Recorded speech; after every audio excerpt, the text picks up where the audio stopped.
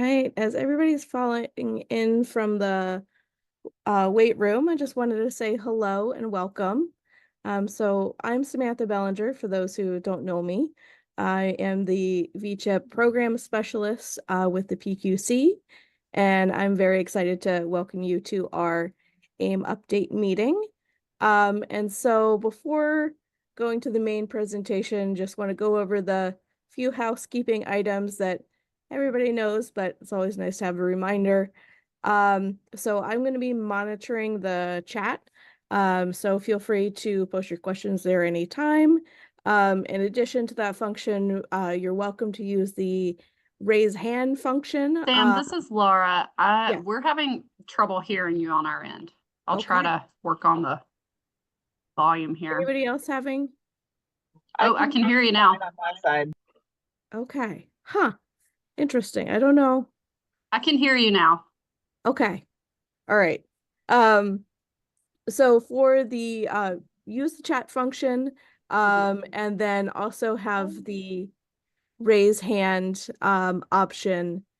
And then if you want, just go ahead and unmute and jump in. This is also supposed to be a conversation as well. And then I think all of you should be muted upon entry. If we're asking everybody to stay on mute if you're not actively participating, just so that we're minimizing any unintended distractions. And there are captions for this webinar, so to activate those, you can go to your navigation bar and click show captions. And if that option is hidden, then it's probably in the more options indicator at the bottom.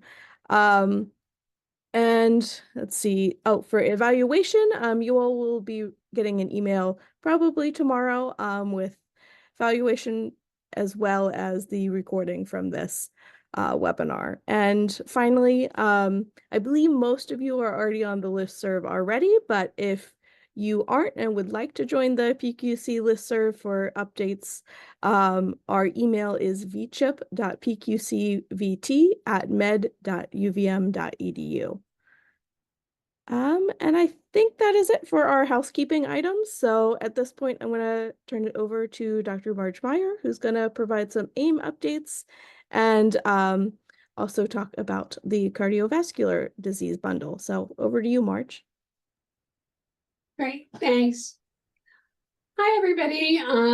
As you know, we sadly don't have any disclosures. If somebody wants to give us money and pay us off, we'd probably accept it, but we don't have any right now.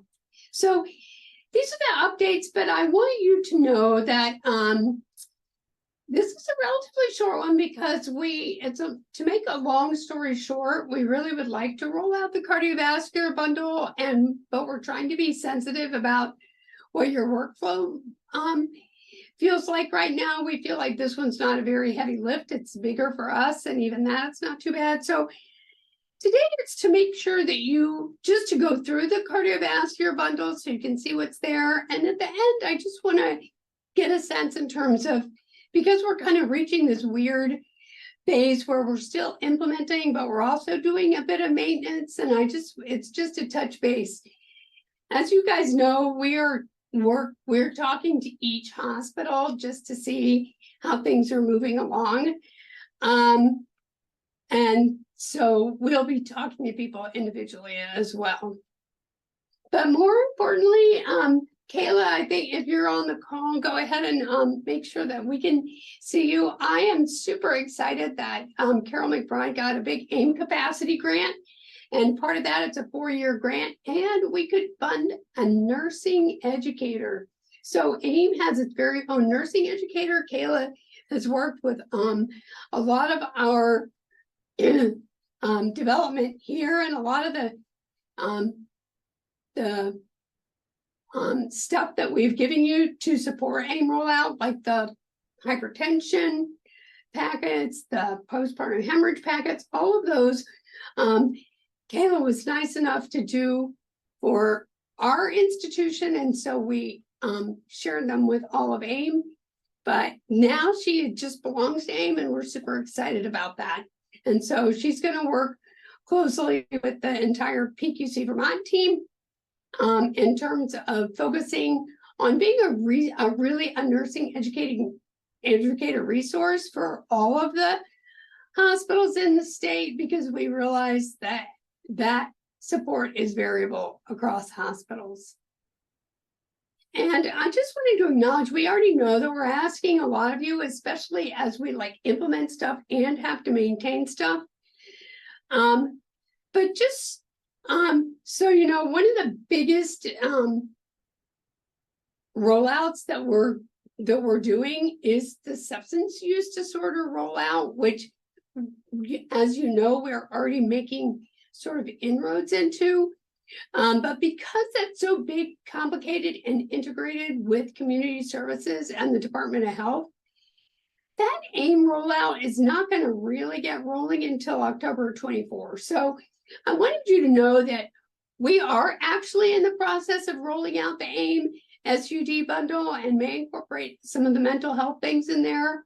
But that's not really going to hit a lot of the nurse managers and a lot of the practices until at least the fall, because we're still in a data gathering mode and we're trying to consolidate that AIM rollout with these other VDH initiatives like the IDT, which is this very specific grant that's run through Katie, Julie, and Michelle Shepard. We're working on peer coaching, or we know there's a doula program in Washington County. We're trying to pull all of those things sort of together into a package. So there's not going to be a lot for each individual hospital to do with AIM with that one for a bit. And we thought that as long as we have that break, we might be able to talk about the cardiovascular bundle. But again, I want to get people's thoughts about this. So with that, I'm going to go through what this cardiovascular disease bundle looks like for you, to explain what it looks like for us at UDMMC, and just to get your feedback about, to see whether or not it might feel like it's something that you could do, you know, in the next 6 to 8 months or a year. So again, we're just sensitive to the burden of the AIM implementation and maintenance. This one has actually a minimal impact on inpatients. The only real issue that's going to be recommended at level 1 hospitals is a more structured screening for cardiovascular disease. I think that everybody actually already kind of does it based on what our referrals are. And there's nothing here for you to track or measure. So first, this is just the public service announcement for cardiovascular health. And actually just today, if you want to Google it, the Harvard School of Public Health just put together a PDF of healthy living. I'm happy to send it to you. That is sort of along these lines. It's a very nice, that one's a 30-page document, but this is just to remind people that there are a lot of things that can affect cardiovascular health. Part of the bundle is just to talk about these things. I don't think these are particularly surprised about. I'll be honest with you though, I never really saw it laid out exactly like this. This is from the American Heart Association. And obviously it's important to talk to all of our patients about these things.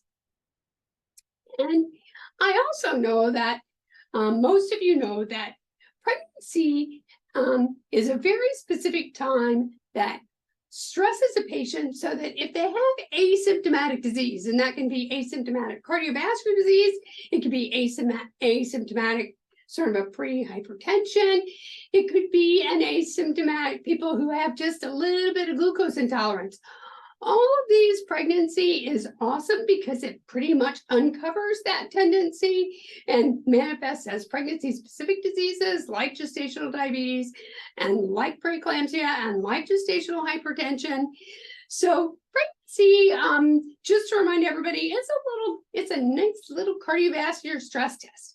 And in fact, we know from the cardiac literature that that there is a very specific heart and cardiovascular remodeling, and pregnancy is actually like an exercise training system for people. So just being pregnant is kind of like an extra exercise program. I always do like to mention, and I know everybody is screening for these already, that there are major contributors to cardiovascular health, especially how people feel about stress and resilience, social determinants, and structural policies, especially related to racism, that can contribute to poor cardiovascular health. So why do pregnant and postpartum people die? Well, I'm sorry to remind everybody that honestly, homicide, suicide, and motor vehicle accidents remain leaders, but cardiovascular disease is not an insignificant component, and most of those are cardiomyopathy, and most people with cardiomyopathy have preeclampsia. So just so that you know, cardiovascular disease, it's not surprising, that's one of the main reasons that people die. But most pregnancy morbidity, of course, does not result in death, but it's not a surprise that it's a fairly serious manifestation of disease. So it's not that surprising that it accounts for a significant amount of death. Remember, again, this is just a slide to remind everybody that pregnancy is a stress test. Your cardiac output goes up a lot.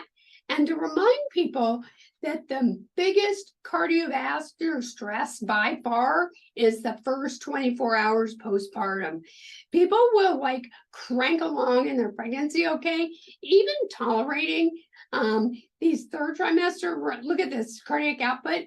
Yeah, it goes up during pregnancy almost by 50%, but look, it almost doubles early postpartum, especially in that first hour. And people who have underlying cardiovascular disease, for us, we like laser in on the immediate postpartum period, because that is usually when people are going to get into trouble.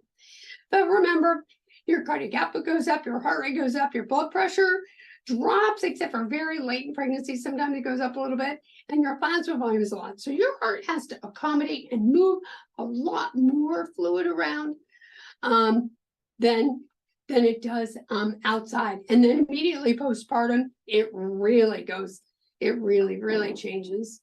But then it will slowly return to pre-pregnancy values, whether it gets all the way there or not is a matter of debate, but it largely does, really relatively rapidly. So when we look around, remember, I forgot the AIM bundle that had the 5 R's, right? I'm gonna screw up on remembering all of them, but readiness is the first one. And so for the cardiovascular bundle, it's mostly to train everybody to do a basic cardiac condition screen. I'm going to talk more about that in a minute. And these are the ones that really you guys don't have to do that much, because once you identify somebody on that screen, I got to tell you, you guys are very good at referring them, as you should. So you don't have to do a lot of the other things. Like, you don't really need a protocol for rapid identification in all pregnant settings. We already have things in place to identify hypertension. I don't think you're going to miss pulmonary edema. You're not going to miss these things, these very, very acute postpartum things. A patient education plan based on their cardiac conditions. Again, if they have a cardiac condition, we're going to see them, and that's what we do. We don't really call it pregnancy heart team, we sort of do, but we have individuals that we target for when we have a patient that's got cardiovascular disease. You don't really need those. Appropriate consultation, I'm hoping that you already know it's going to be us or Dartmouth if people have underlying cardiac disease. And of course, as with everything, trauma-informed protocols and referrals and communication pathways. And unless I'm mistaken, I think people already have that, and you know to send the patients to us. So these are the readiness elements. And really on every hospital's to-do list is, I think, as is consistent with the other bundles that we have identified, is to circle back and make sure that your emergency department knows how to figure out who is pregnant or postpartum. That is actually, and that's true, as you know, that's true for the hemorrhage bundle, it's true for the hypertension bundle, and it's true for this bundle, so that we know the pregnancy status, postpartum status of that person. The second thing is to screen all people for cardiovascular disease by history, review of systems, vitals, and exam. And these things are almost all going to come up with a routine initial pregnancy evaluation.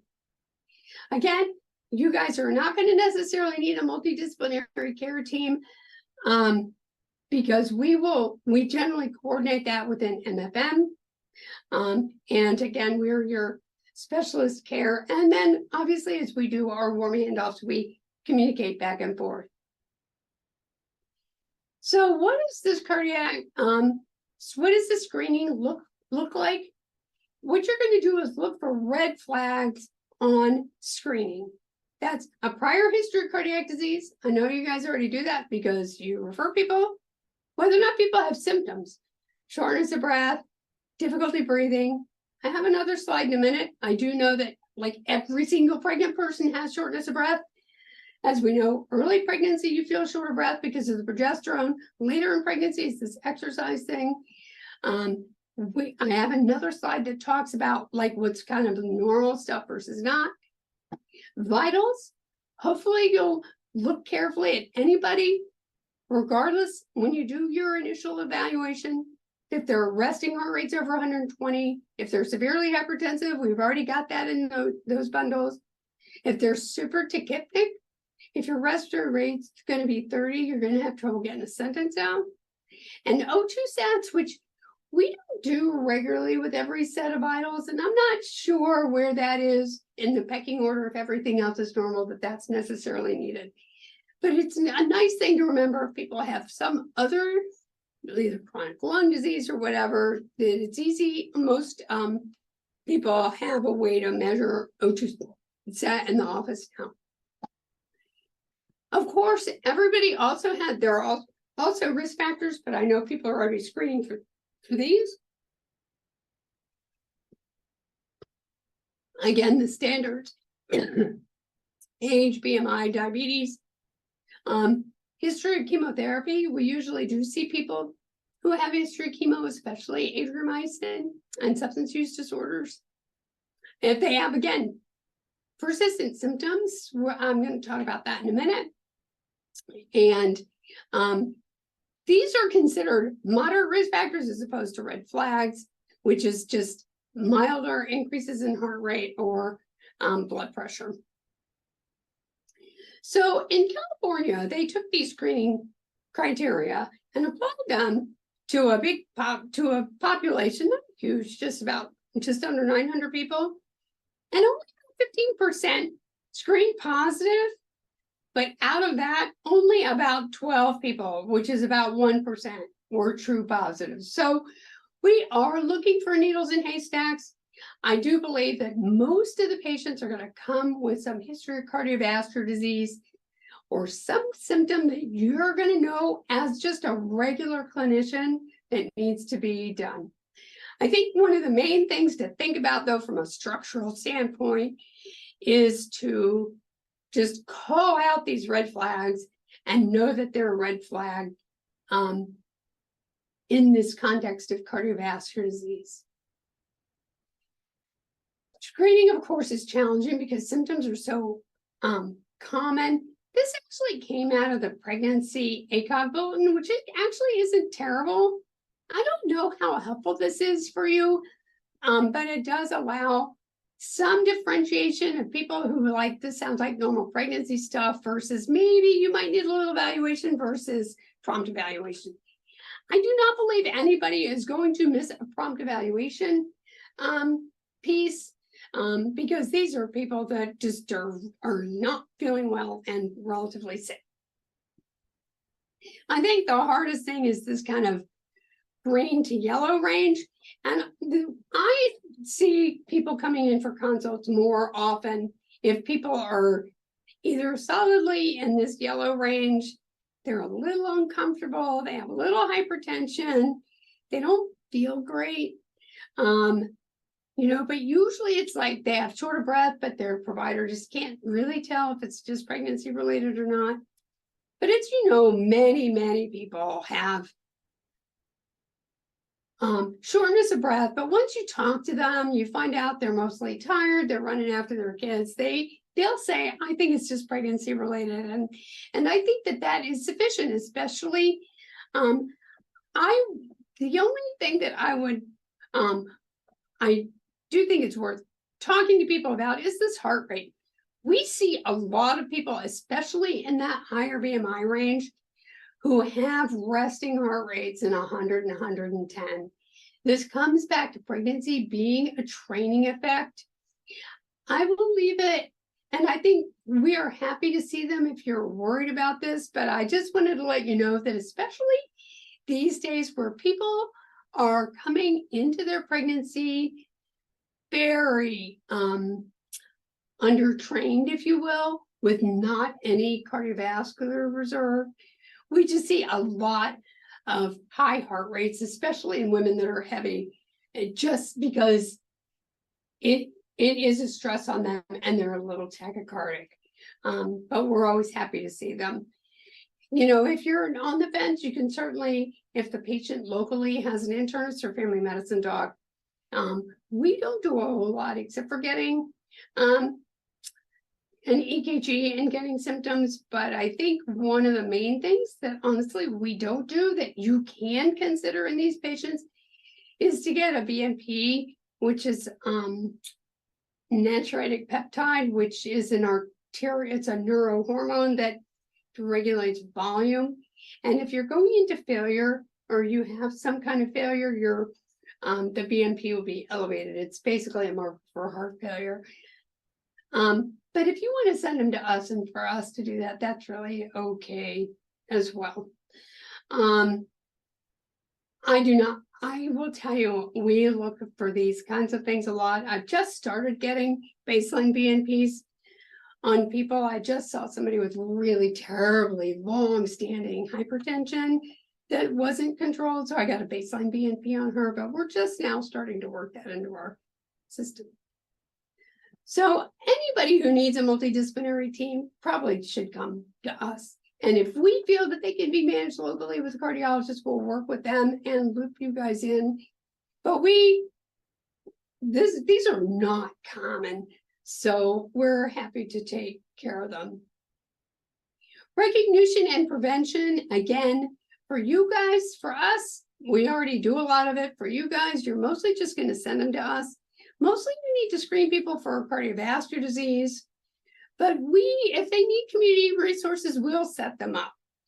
If they need, I think certainly all care environments need to know who's pregnant or not pregnant. That goes back to the ED. But certainly if people have warning signs, chest pain, shortness of breath, not feeling well, I know you guys are going to see them and evaluate them. I'm going to talk a little bit about cardiac risk assessment. This is not something I expect every hospital to do, but it is something that you see in our notes back, especially if they have underlying cardiovascular disease. I don't expect you to do a lot of workup for them. I would rather you see them, stabilize them, and send them to us. And we, as we take care of them, address their community services and resources. So really the main issue is going to be just screening for community support and needs, which we will generally initiate if we see them acutely. But if everybody in your clinic needs this kind of assessment, so that's not a big change. In terms of responses, the main thing is to perform these screens in the antenatal setting and refer to MFM if there's any question.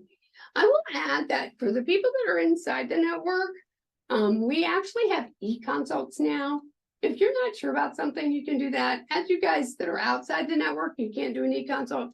A lot of times you guys just email us or ask us and we'll help guide you if we think that they need to have a consult. Certainly anybody who's got a known or highly suspected cardiovascular condition, we should see. These are people with arrhythmias, people with pacemakers, people with defibrillators, right? People who, we've had a little run of MIs in pregnancy lately, actually, But if there's any question, we should see them and adjudicate them and figure that out. We'll be the ones that coordinate the care transitions. We'll talk to them about contraception. But certainly, as you know, Lauren McAfee, who's certified in family planning, some people can be fairly complicated, and she can help with that. And of course, the warning signs, which we are already rolling out for everybody. So again, in terms of responses, refer to MFM for pre-pregnancy. Counseling in terms of their life planning, refer to family planning if it's complicated, and just reinforce the cardiology recommendations. Along those lines, I just want to remind you that the our experience has been that there are curiously lots of people and a lot of medical specialties that are happy to give people reproductive counseling that in our experience is actually frequently wrong. So if a cardiologist or a neurosurgeon or anybody else tells a patient, you should never get pregnant, you can't use any birth control. If you have patients that are in there that some of your medicine subspecialists are saying, you can't do this or that, just run it by us, because often it might be a little more nuanced. We actually have the same problem with C-sections. Oh, just have a C-section, it'll be easier for you. So just ask us, because there are people that like to get into our OB stuff sometimes that need to just be a little less involved. But we're happy to help. If somebody comes to you and says that somebody can't use contraception or can't ever get pregnant, please just let us talk to them. It's possible that that is completely correct, but we always like to make sure that people have all the information. Reporting systems, this is again not going to be a lift for you guys, because we obviously need debriefs for every adverse event. And again, the most important thing is to know your ED and that they are screening people. And obviously, respectful, equitable, and supportive care is important for everybody. There's not a big reporting element, and it's all going to be pulled out of the discharge data. So Carol will do that for you. It's nothing that you necessarily need to follow yourself. So really, this is the main thing that you need to do, is just implementation, to screen for red flags, and make sure that you know how to proceed with what's kind of routine or what might need a little bit more evaluation. So just so that you guys know, to give you an idea of what happens here at UVM when you send people to us, is we actually do get all of these people involved. We have big teams, we have multidisciplinary meetings to figure out exactly what they need and how to take care of them. We're for those of you that can read Epic, you can almost always read our charts and our problem list to get an idea what's going on. And again, it's not something that we necessarily expect you guys to do, but when anybody comes in with cardiac disease, we actually do an official cardiac risk assessment. We tend to use the WHO, which is a class system of class 1 cardiac disease, which is no risk, class 2, which is people who have just mild symptoms these are symptom-based, mild symptoms, usually with exertion. Class 3 are people that have a little bit more symptomatic cardiovascular disease, and then class 4 are people that have a very high risk of perinatal problems due to their heart disease. So we classify these, you'll see them in our notes, and they'll be reflected in our counseling. Most of the classifications really focus on the risk of death and the risk of adverse events in pregnancy, and we go through both of them with patients as they come. I will tell you, we've had a number of people that have class 4 heart disease that we even offer termination to, and they're like, thanks, but no thanks, and continue with their pregnancies. And so I just wanted to give you guys like a bar. Don't knee-jerk that even if somebody has terrible heart disease, we may not recommend that they continue their pregnancy, but a lot of them do anyway, and we take care of them. So these are the surveillance measures, but they're going to be pulled by us, and they are not things that you're going to have to necessarily track. But it's good. Mostly it's looking at severe maternal morbidity. Then we're going to look specifically at people with cardiac conditions, things that are pregnancy related due to cardiac conditions, their C-section rates, and preterm birth. So our only request for you guys is whether or not you have implemented, and we assume that once they're implemented in terms of a routine, that your compliance is going to be relatively 100%. And that's assessment of cardiac disease at your pregnancy intake. Usually that's like a standard H&P. Do you have any medical problems? A review of systems. How do you feel? And a set of vitals. And I know that everybody already does those. So this is not a big lift. And so basically you just have to check the box that you screen with all of these tools. And again, these are the red flags again, and these are just the risk factors. And if you're not sure, just refer to us and we can figure out what to do where their more in-depth cardiovascular risk assessment needs to lie. We have the structural elements that are part of this bundle. We have a multidisciplinary team. Again, the most important thing is for you to circle back with your EDs about screening. I know that you've also already got maternal education on the urgent early warning postpartum signs. Those are a part of this bundle, but they're part of the other bundles as well. I know that you already do multidisciplinary case reviews if you have a severe event, and we've already talked a lot about debriefs. So these are part of this bundle, but they are not unique to this bundle, so it shouldn't feel like it's a new ask because they've already been in the under other bundles as well. I just wanted to give you an idea of the codes that we're going to pull. This is why I don't think it's likely you're going to be like holding on to these people. They have congenital heart disease, they have valve disorders, they got a cardiomyopathy, significant arrhythmias, known coronary artery disease. And remember, spontaneous coronary artery dissection, I meant to put in a slide on that, is actually one of the more common postpartum problems, and pulmonary hypertension. So you're not going to be seeing a lot of these. And if you are, you're probably going to be calling us. So again, these are the process measures, which we just talked about, and looks like it's a repeat slide. So yeah, this is just mostly ED education and standardized risk assessment. So the question is how do you guys already feel about screening for cardiovascular disease?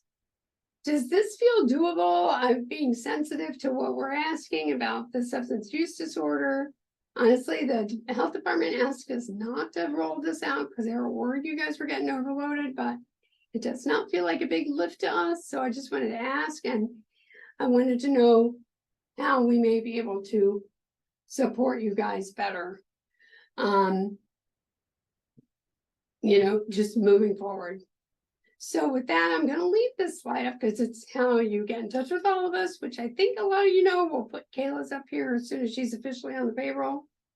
And with that, I'm happy to open it up. I'll leave the slides up in case you want me to go into something, relook at a slide, but I really want to open it up to a conversation about how implementation is going in general. Are there supports that you need? Does rolling out from your hospital standpoint feel reasonable in terms of cardiovascular disease assessment?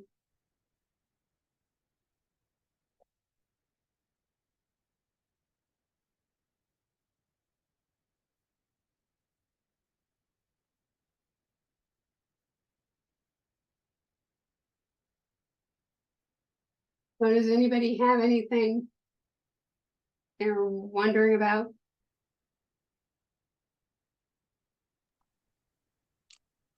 This is Laura from NVRH. We have many people joining in the room. So we were just discussing here that the prenatal screening, I mean, we may look at the specific tool. It's not implemented on the birth center, but it seems, I mean, because these questions are being asked at the initial OB visits, that it should be pretty straightforward to roll it out here. Yeah, I will say that, yeah, these are not things you want to identify at the birthing center. You know, ideally you'll identify them before then. Somebody else, I think, had a question about BNP, which, you know, I'm gonna have to, Great Copley says that they think they can. BNP values, I'm gonna tell you, I will have to look it up, and this is Anand's Boyer. I will have to look up what the normal ranges are, but really they can be a little elevated in pregnancy, but if you choose to get a BNP, that's fine. If it's elevated, just let us know and we'll figure out what to do with it. Thank you. I got my mute unmuted. This is Ananda Boyer from Rutland Regional. I was curious because when they've gotten it in the ER, for example, usually in latter pregnancy, it's always very, very high. And I guess I had it in early pregnancy. So is it more close to normal in early pregnancy, I assume? Not really, because remember, the volume expansion occurs mostly in the first half of pregnancy. Remember, it's really anticipatory. So you're gonna have like 80% of your volume expansion is going to be by 24 weeks. So, Sam, if you remind me, I'll send you around. There are pregnancy-specific normograms, because you're right, the BNP is part of a lot of cardiovascular protocols now, and so you may see them a lot. But these are the kind of things you can always feel free to ask us. I don't know why they, you know, because it's all about the context in which they're sent. But I'll find you some pregnancy normalized values. Thanks. That would be interesting to see. I do have one other question. I was looking at the heart rate categories that you described, and I actually realized that we don't routinely take a heart rate as part of our vitals. And when we do, they're frequently over 100. So I don't know if, I feel like we should be taking them routinely, but then I don't know if we can take it with a grain of salt or use the patient's Apple Watch to see what their resting heart rate actually is. I guess how strongly should we consider that tachycardia? You are 100% correct. And we see a tremendous amount of tachycardia. That is especially in women who are overweight and obese, and it's especially and have excessive weight gain. So again, I agree with you. I think these heart rates are a little too low. So if they don't have anything else, I wouldn't worry about it. We do actually a number of consults for people who have high resting heart rates. And usually we send thyroid functions, we'll get an EKG, but it's a very unsatisfying workup. A lot of people, they're just very deconditioned. And because pregnancy is a conditioning, you know, again, it's like exercising. And if you don't tolerate exercise very well because you don't do it, your heart rate's going to go up. So I don't think you have to necessarily get a pulse on everyone. We have the same problem in our clinic. Even people, we've asked our MAs to always get a heart rate because everybody's on hypertension medications and it helps us, but they still forget. So even if you can do it on that first one, and then if people complain, but if that's all it is, and especially I would say, honestly, if it's less than 120, it is unlikely that you're gonna find anything. But as usual, you can always ask us. But I agree with you, over 100. And in fact, there's good pregnancy data that really that number I would have said should have been closer to 105 or 110 under that green. under that green box. Mm-hmm. Thank you. As they get to 120, most people can feel it and they don't like it. Yeah, a lot of people don't do heart rates, and I don't know why. They're usually on the monitor, right? A lot of people are using the automated blood pressure cuffs. It's just a matter of writing it down. And yeah, we don't have so many Apple Watches either. But I'll frequently just get my own heart rate in the clinic when people are asking. I did it just the other day. When I'm chatting with them because people don't always get them with the vitals.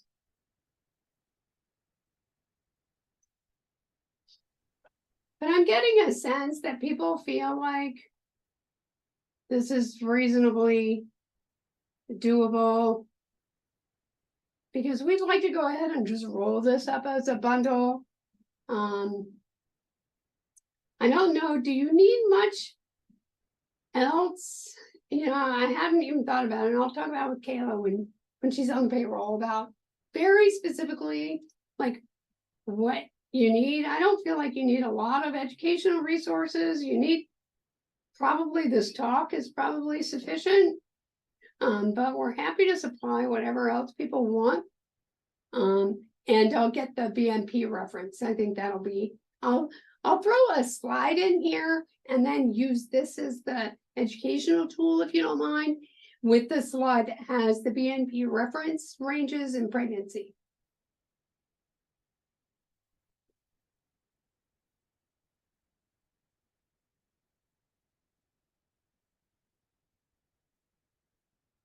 Anybody else have anything else in general about AIM that you want to talk about? Maintenance, implementation. I know we're talking to all the groups around the state, but everybody seems to be doing pretty well. And again, with Kayla, it's going to be super helpful because she'll be a good resource if you just remember, we have a lot of things already mocked up. So if you find yourself starting something from scratch, and it doesn't really even have to just be AIM, but it could be sort of any hospital policy that has to do with OB, feel free to start with us first. Because, 9 times out of 10, even if what we have won't fit you exactly, we can at least not make you start from square one.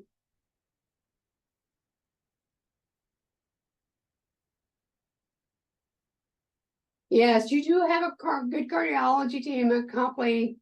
I think the lady I saw with bad hypertension came from you guys the other day.